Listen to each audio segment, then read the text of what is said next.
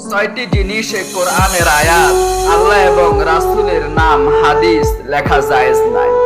Number 1, দালান ভেঙে যাওয়ার সম্ভাবনা থাকলে সেখানে কোরআনের আয়াত, হাদিস, আল্লাহ এবং রাসূলের নাম লেখা জায়েজ নাই।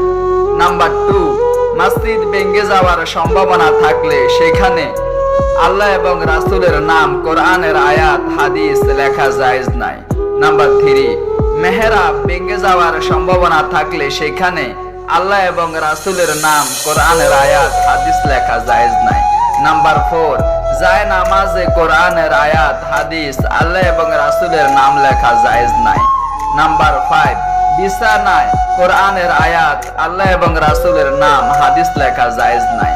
নাম্বার 6, যে কোনো জিনিসের উপর আল্লাহ এবং রাসূলের নাম এবং কোরআনের আয়াত লেখা জায়েজ নাই। আসসালামু আলাইকুম ওয়া রাহমাতুল্লাহ।